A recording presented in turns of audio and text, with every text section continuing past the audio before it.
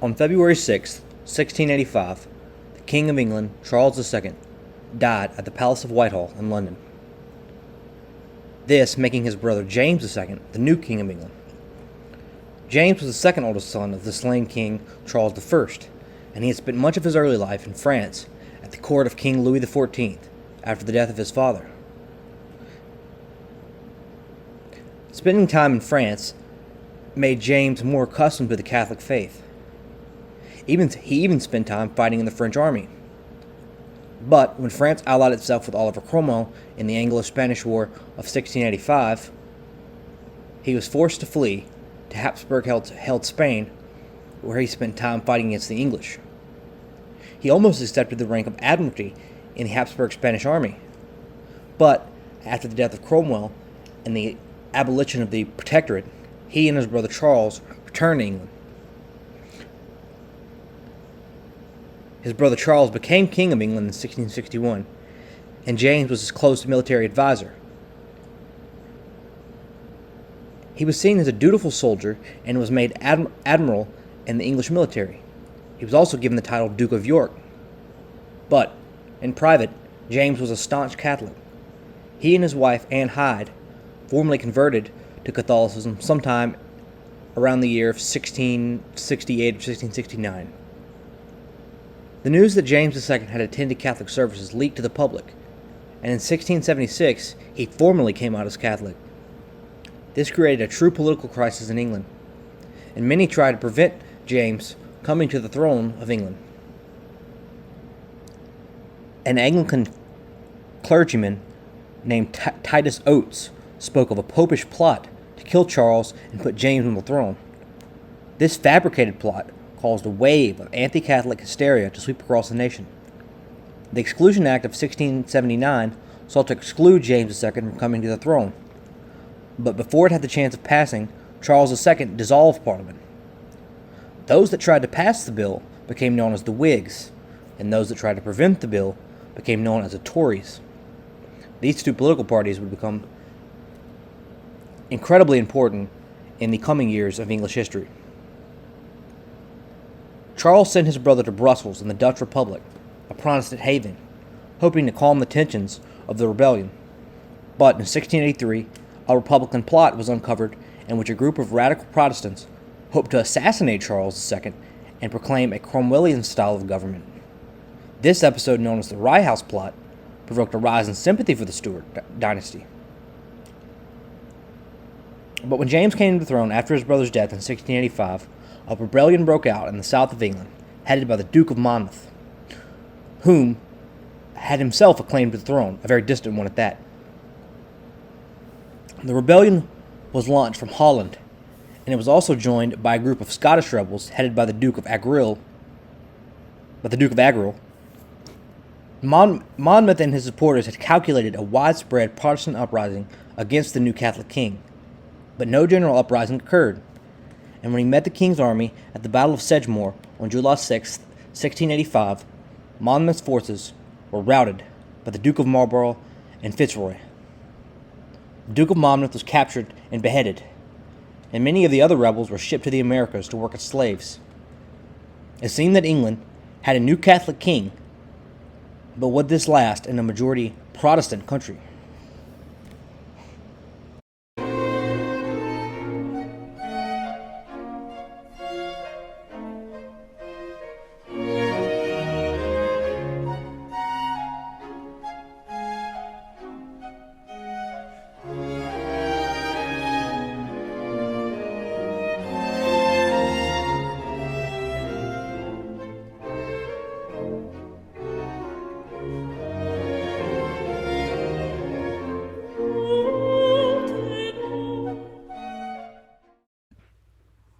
Despite being remembered for his Roman Catholicism, James II was actually a quite capable king, and was well known for his brilliance in naval strategy.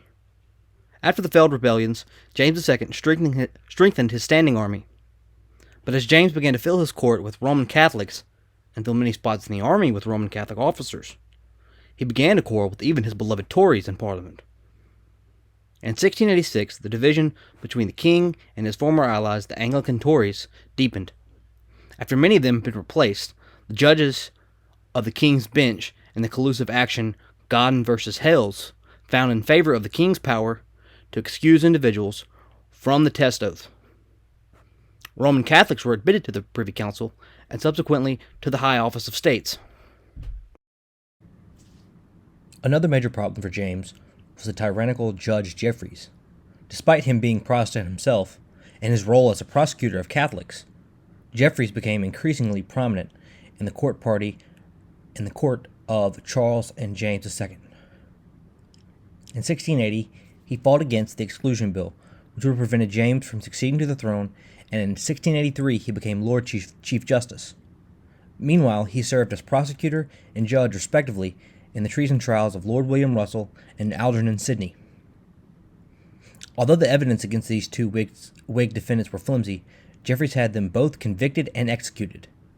And if you remember the earlier case involving Titus Oates, a radical Protestant who warned of a popish plot, he was unable to give him the death penalty. However, he was sentenced to a severe whipping and a life imprisonment, the whipping which nearly killed him. In 1685, James II made Jeffreys Lord Chancellor and also Baron of Wym. Jeffreys was known as a brutal judge and an excessively bloody judge, giving the harshest sentences no matter what the case was. During the episode known as the Bloody Asses, more than 500 prisoners were brought to court at Taunton between the 17th and 19th of September. 144 were hanged, displayed around the country to ensure people understood the fate of those who rebelled against the king. Some 800 men or so were transported to the West Indies, where they were used as a source of cheap labor. Others were imprisoned, but many did not live long enough to even wait to make it to the trial. In early 1687, James intensified his Roman Catholic policy by dismissing his Anglican brother-in-laws, the Earl of Clarence and the Earl of Rochester.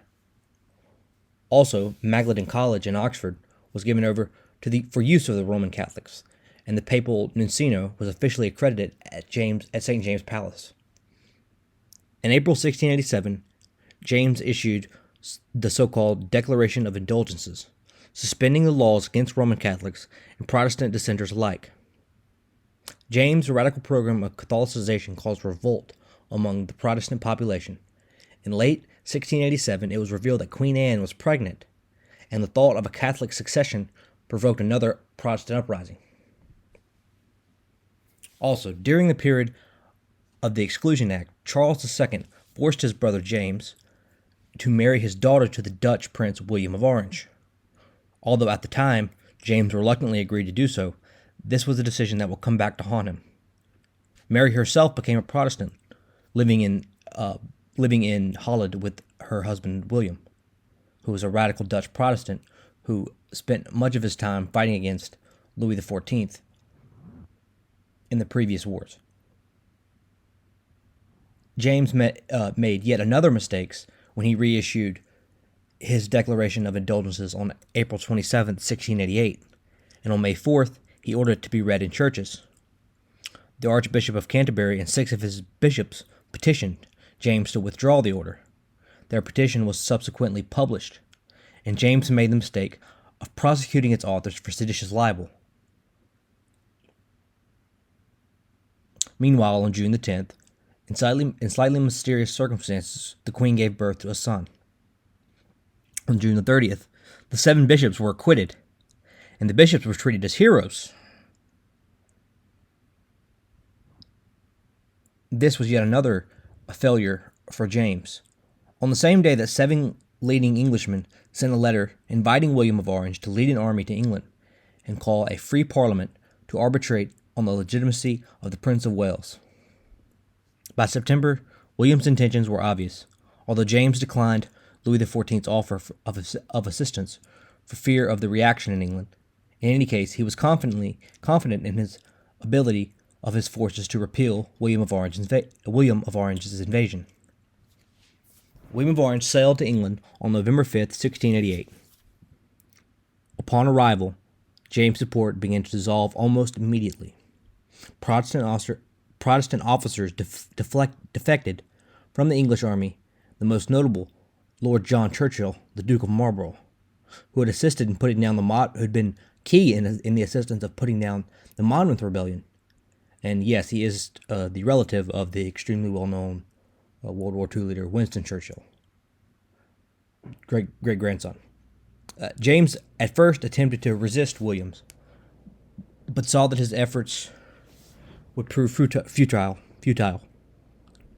He sent representatives to negotiate with William, but secretly attempted to flee on 11th of December, throwing the great seat into the Thames on his way.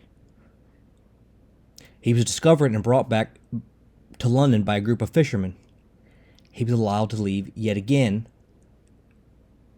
by William because William did not want to make him a martyr for the Roman Catholic cause.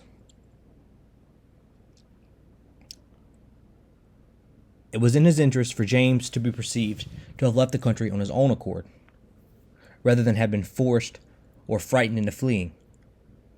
William summoned a convention parliament in England, which met on the 22nd of January, 1689, to discuss the appropriate course of action following James' flight. And, to the tyrannical Judge Jeffreys also tried to flee with the king to France, but was captured by a group of Protestant radicals. Jeffreys, of course, was a notorious alcoholic and could not control himself around alcohol. So when he was captured, he was placed in a cell full of alcohol where he quite literally drank himself to death.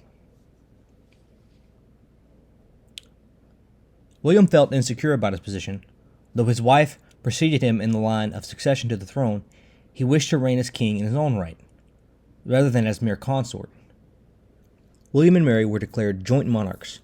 On the 13th of February, 1689, Parliament passed the Bill of Rights,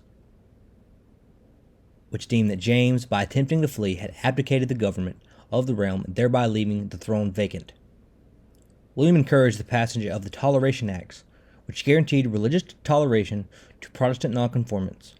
It did not, however, extend tolerance as far as he wished, still restricting the religious liberty of Roman Catholics and non-Trinitarians, and those of other non-Christian faiths, of course.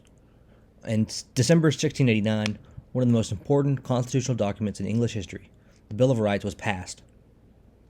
The act, which reinstated, confirmed many provisions of the earlier Declaration of Rights Act, established restrictions on the royal prerogative, amongst other things, so that a sovereign could not suspend laws by passing without Parliament, could not levy taxes without parliamentary consent, infringe the right to petition, raise a standing army during peacetime without parliamentary consent, deny the right to bear arms to Protestant subjects, unduly interfere with parliamentary elections, punish members of either House of Parliament for anything said during the debates. Just to name a few of the things listed in the Act. Although James would try several attempts to regain power in Ireland and Scotland, now with the help of Louis XIV, but the attempts failed, and the Treaty of Ryswick was signed between England and France in 1697, and it removed his last hopes of restoration. He spent his last days living in the court of Louis XIV, where he died in 1701.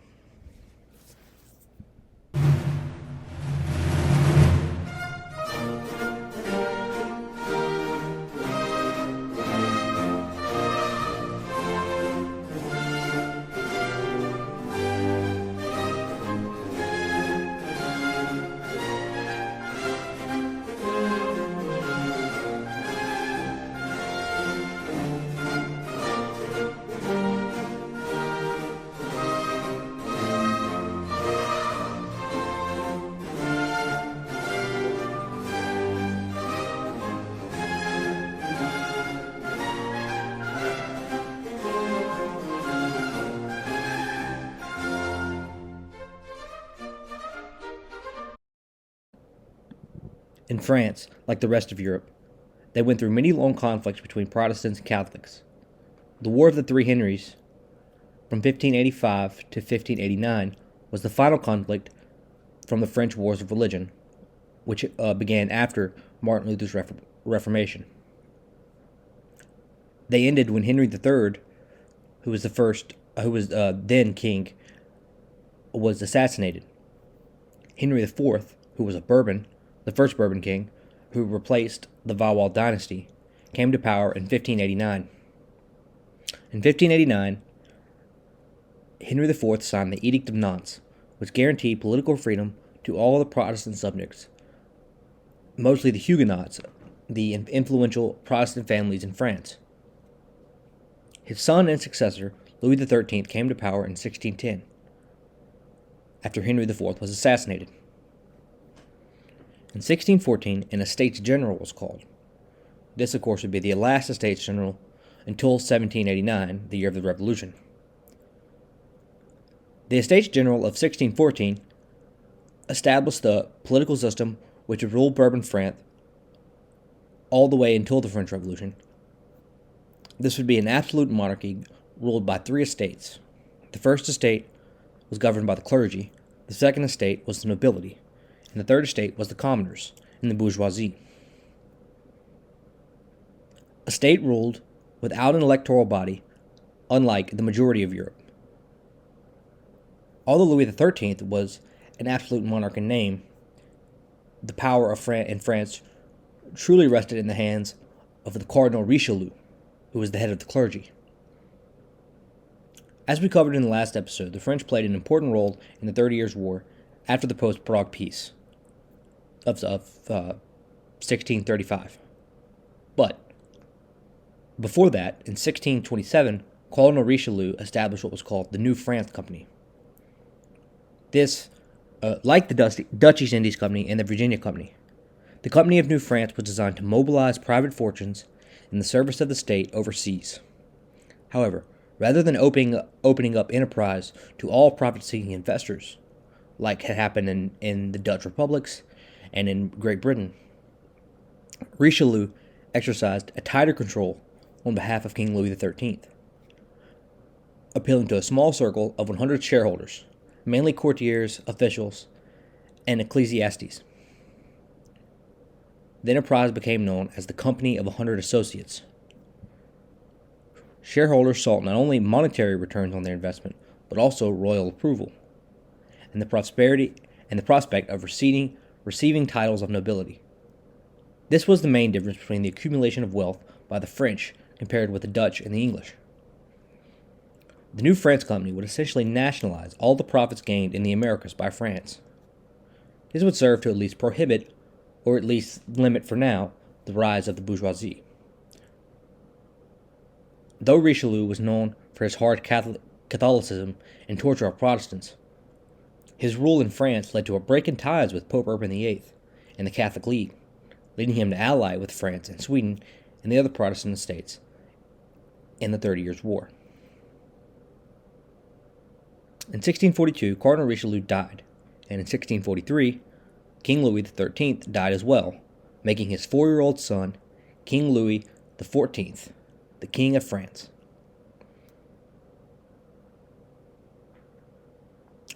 Of course, he did not play a huge role in governing the country. This would fall into the hands of Cardinal Mazarin, who had spent time in the court of Richelieu, learning much from Richelieu. He played a major role in the Peace of Westphalia in 1648, which draw the 30 Years' War to an end. There's no exact timeline when Louis XIV began to rule France. It's more that he began to exert his influence gradually over the royal court.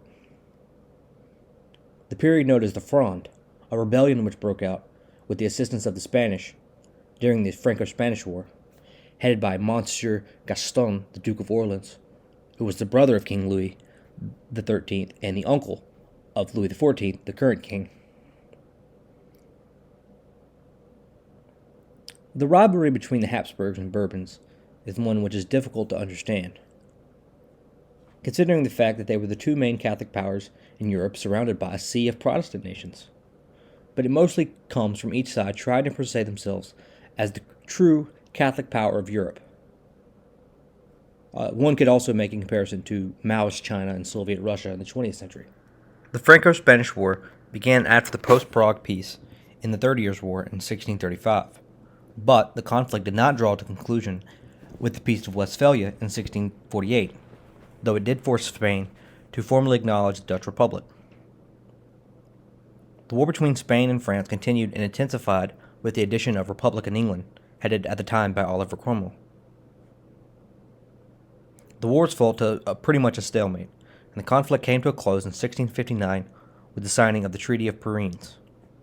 According to the treaty, Roussillon and Artois, the line of strongholds in the northern frontier, were succeeded to France, and the French acquisition of Alsace and Lorraine, under certain conditions, were ratified. All French conquests in Catalonia were restored to Spain, and the Great Conde, who had been siding with the Spanish, was pardoned and taken into favor.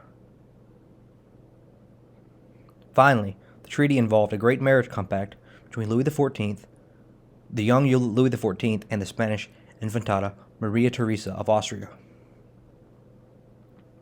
In 1661, Cardinal Mazarin died, and at this point, Louis XIV, now aged 23, was in complete control of France. Louis XIV began to exercise his control, imprisoning Nicolas Fouquet, a man who had made his fortune under Cardinal Mazarin. He was prosecuted in a corruption trial that would last nearly 2.5 years, which Louis XIV displayed his political ability to exert control over the French court. After the death of Mazarin, Louis XIV appointed Jean-Baptiste Colbert to Minister of Government Finances. Colbert is famous for founding the economic policy of mercantilism, or what is sometimes referred to as the economics of absolutism. The basic idea is that France needed to be able to compete with the Dutch and the English in the Americas, but of course did not want the bourgeoisie or merchant class to gain and exert power over France domestically. Therefore, mercantilism focused on the political supremacy through national wealth and accumulation, particularly through the acquisition of precious metals, high exporting, and low importing, a policy which Adam Smith would later denounce in his 4 books, The System of the Political Economy. We will tackle this trend in a further detail in a special episode, which we discuss the global transition to capitalism during this period. In May 1672, France invaded the Protestant Dutch Republic and nearly overran the Dutch Republic. But from 1674 to 1678, the French armies, with Sweden as their only effective ally, managed to advance steadily in the southern Spanish Netherlands and along the Rhine, defeating the badly coordinated forces of the Grand Alliance with regularity. Eventually, the heavy financial burdens of the war, along with the imminent prospects of England's re-entry into the conflict on the side of the Dutch, convinced Louis to make peace despite his advantageous military position. The resulting treaties of Nijmegen, signed in 1678 between France and the Grand Alliance, left the Dutch Republic intact, and France generally aggrandized in the Spanish Netherlands. France's appearance and way of life were changed. The great towns underwent a metamorphosis. The landscape was altered, and monuments arose nearly everywhere during the reign of Louis XIV. The king energetically devoted himself to building a new residence. Little remains of his splendid palaces at Saint-Germain and Marly, but Versailles, cursed as an extravagant, even as it was under construction and accused of having ruined the nation, still stands. Versailles was approximately the price of a modern airport. It was an object of universal admiration and enhanced French prestige all around Europe. All the power of the government was brought to bear in the construction of Versailles. In 1682, the seat of government was formally transferred to Versailles. The following year marked a turning point in the life and reign of Louis XIV. The Queen died, and the King secretly married Madame de Maintenon, who slowly gained political influence in Louis XIV's court. In 1683, the famed Jean-Baptiste Colbert, a man who had held significant influence under Louis XIV, especially politically, died. His policy of mercantilism had helped make France into the most powerful nation in Europe, or that is arguably at least.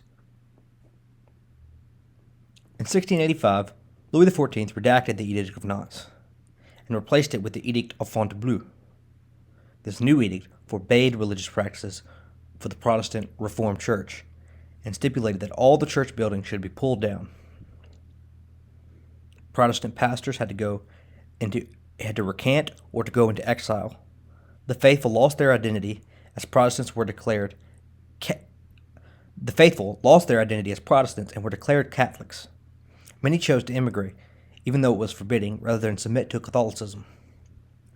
Louis XIV often used the Bastille as a place of torturing Protestant dissenters. For those who remained in France, Louis XIV also issued the Draconides, a policy that forced Huguenot families to house particularly difficult dragoon cavalrymen in their homes. These dragoons gave such a loose rein to their passions with that their frightful excesses would have shame on a horde of brigands. There were also forceful conversions by means of torture. The men had their feet burned until they were crippled, driven to madness by dripping water on their heads, or their bones broken for hours. They shared the same sentiment as a victim. Pastor Homel, who said to his weeping wife, "Farewell, beloved spouse. Though you will see my bones broken to shivers, yet is my soul filled with inexpressible joy." Those who weren't tortured were excluded from public life, not being able to participate in higher education and in the arts of the day, the modern arts of the day.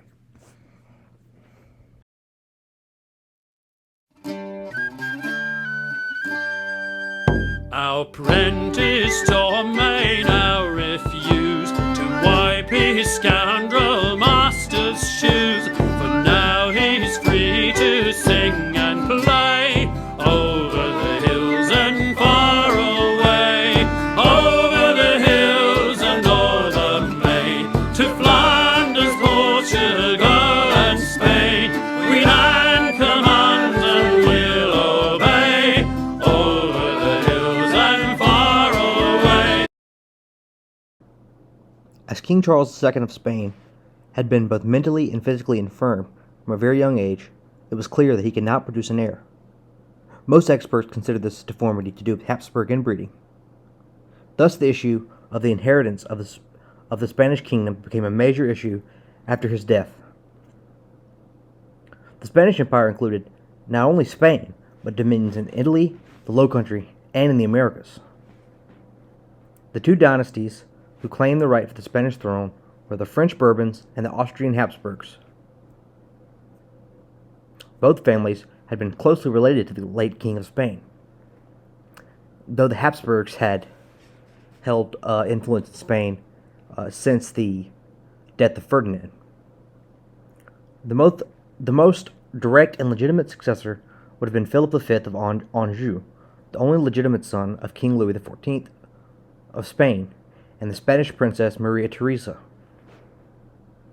herself King Charles II elder half-sister. In addition, Louis XIV was the first cousin of his wife Maria Theresa and of King Charles II, as his mother was Spanish Princess Anne of Austria. The sister of King Philip IV, Charles II's father, Philip V, being next in line in the French line of succession as well, was a problematic choice, as he would have inherited both the French and Spanish kingdoms. He would have vast control of his empire, and this would have threatened the European balance of power. Furthermore, both Anne and Maria Theresa had renounced their rights to the Spanish succession upon their marriages. In the latter case, however, the renunciation was widely seen as invalid, since it had been predicated upon Spain's payment of the Infantada's dowry, which in the event was never paid. The alternative candidate was the Holy Roman Emperor Leopold I of the Austrian Habsburg dynasty. He was first cousin of the King of Spain, his mother having been another sister of Philip IV,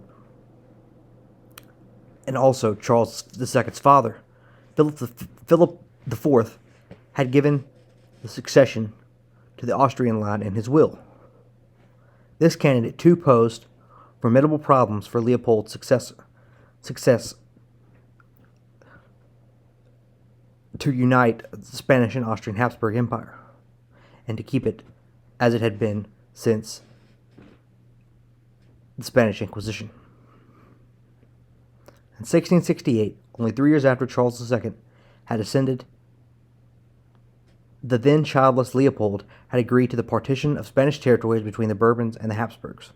Even though Philip IV will entitled him to the entire inheritance, in 1689, when William III of England required the Emperor's aid in the War of the Grand Alliance against Spain, he promised to support the Emperor's claim to the undivided Spanish Empire. This would bring England into the conflict as well, and this was compounded by the fact that many English Protestants had been fearful of the stories of Protestant torture at the hand of Louis XIV. And many English Protestants did not want this fate to happen to them. This put England, Prussia, and the Dutch Republic, as well as the Habsburgs and their empire, as allies against the French Bourbons, the Bavarians, and Portugal. The war began with the French invasion of the Spanish Netherlands in 1701, although they were eventually forced to retreat. In the Low Countries, the maritime powers were outnumbered by the French, so there was a serious threat to Holland. This had a deep effect on the Dutch deputies, who remained excessively cautious and timid throughout the war. The Franco-Spanish forces had two fortified lines, one running from Antwerp to Heulier on the Meuse River, and the other from Antwerp along the Schnell and the Lys River to Ayr. In July, the Duke of Marlborough, John Churchill, the Duke of Marlborough, who was made the head of the English army, outmaneuvered Louis Francois and reached the lines first. But the Dutch refused to allow him to attack, being satisfied that Marlborough had forced Bothwell, the other French commander, to abandon his threat to the United Provinces. The maritime powers did, however, succeed in capturing Kaiserwerth, and Rheinberg on the Lower Rhine, and thus improved their line of communications with the Emperor. By 1703, the war appeared to be going in the favor of the French Bourbons, and the French were victorious at Ulm. Maximilian II of Bavaria now openly declared for France and captured Ulm. This threat in his rear forced Louis William to retreat to the east side of the Rhine.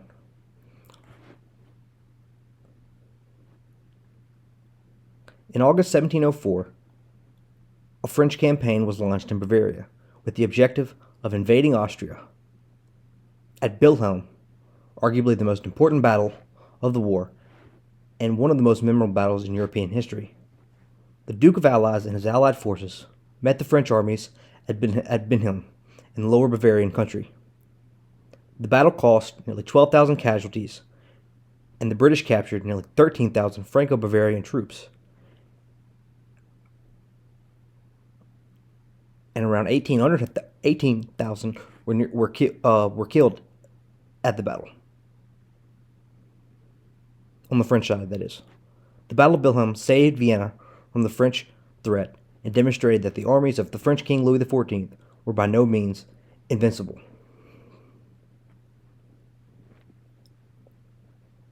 The war began to get away from France in the Netherlands and in Germany, and then in 1706, peace negotiations began.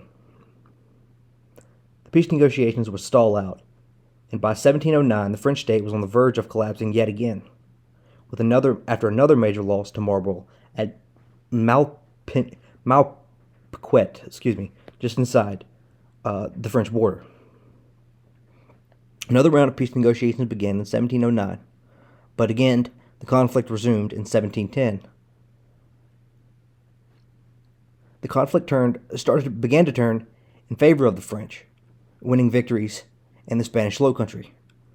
By the end of 1710, Philip V was firmly established in Spain, and the imperial forces were again confined to Catalonia. But in 1711, the Holy Roman Emperor, Joseph I, died. This was to dramatically change the course of the war. On April 11, 1713, France concluded the treaties of peace at Utrecht with England, Holland, Prussia, and Portugal. By the treaty with England, France recognized Protestant succession in England and undertook to give no further help to Stuart Jacobite rebellions. France seceded Newfoundland, Nova Scotia, and the island of St. Kitts to England, and promised to demolish the fortifications at Dunkirk. A treaty of commerce supplemented the Anglo-French treaty. But France was not able to unify their kingdoms of France and Spain.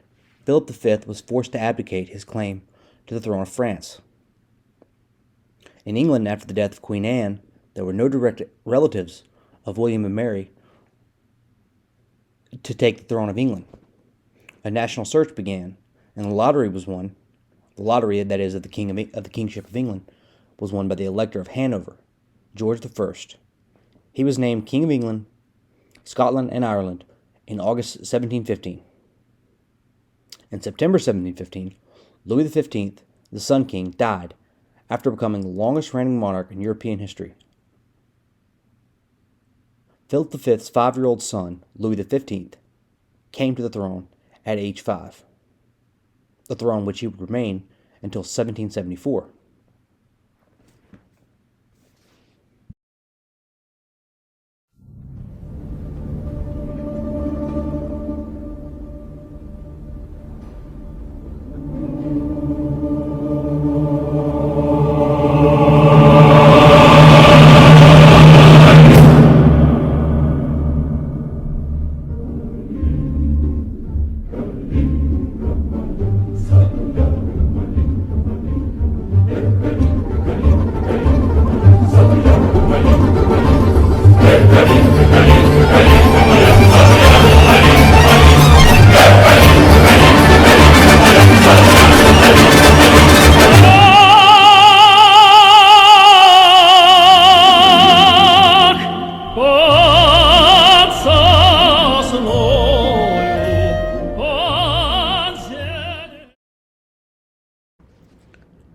In Russia, unlike the rest of Europe, they had been exposed to neither the Renaissance, the Reformation of the 16th and 17th century, or any of the early Enlightenment ideas of Western Europe.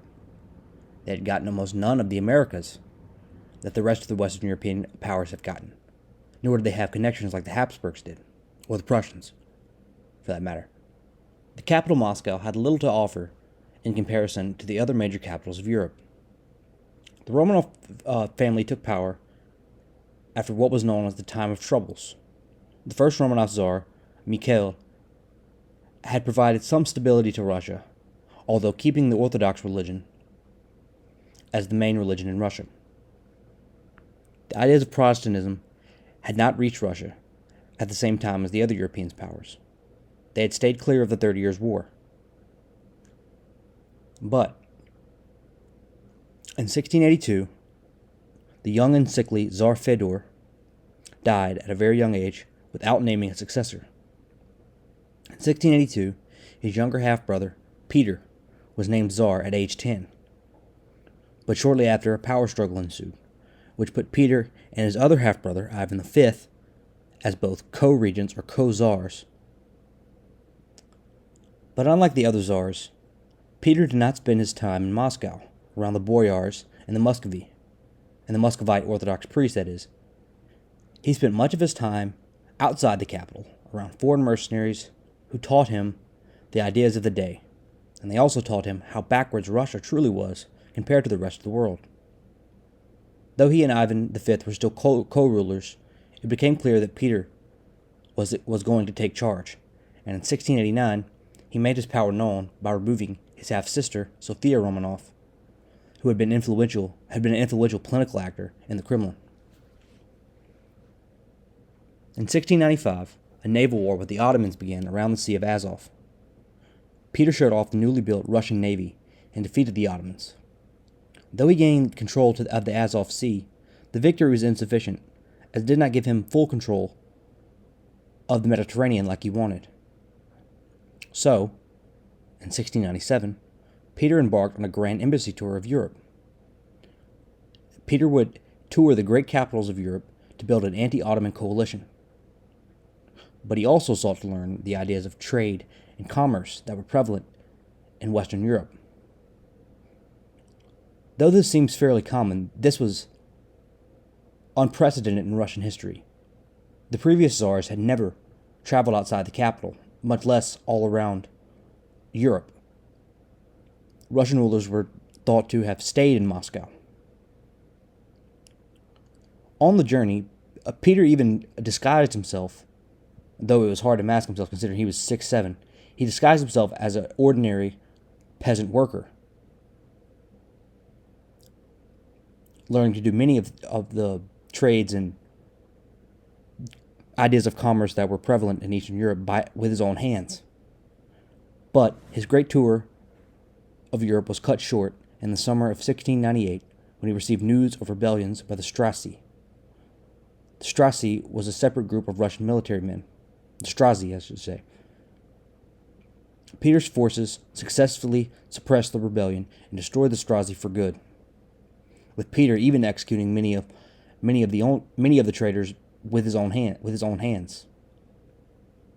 But this only further confirmed his belief that Russia must be reformed, and after the failed rebellion, he had much to reform the old Muscovite way of life.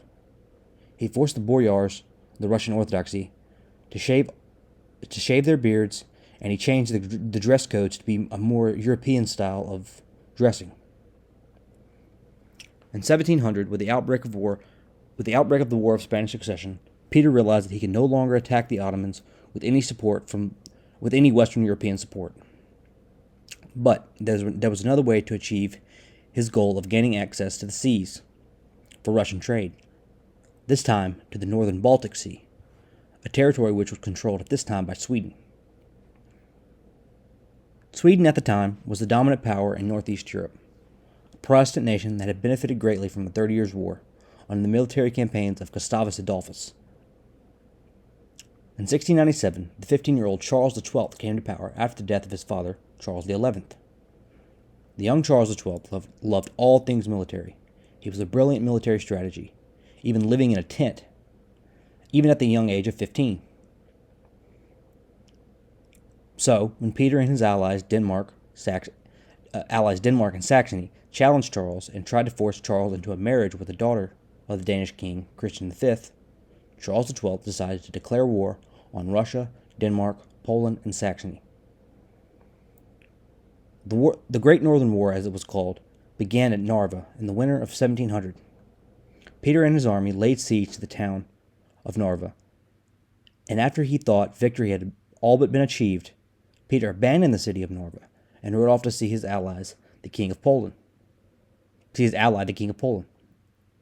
But a horrible blizzard struck the Russian encampment, and the Swedes were able to break the siege and push the Russians back. But Charles XII, the military genius, made a crucial mistake in not pursuing the Russian army, but instead pursuing the Polish army.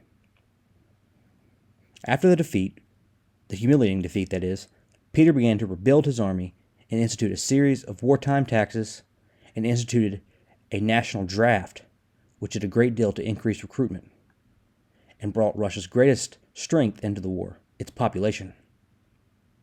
In 1704, the Russians were able to exact revenge and again lay siege, this time successfully capturing Narva. That same year, he began to construct one of the greatest cities ever built in the northeast part of Russia, a city that took the name St. Petersburg.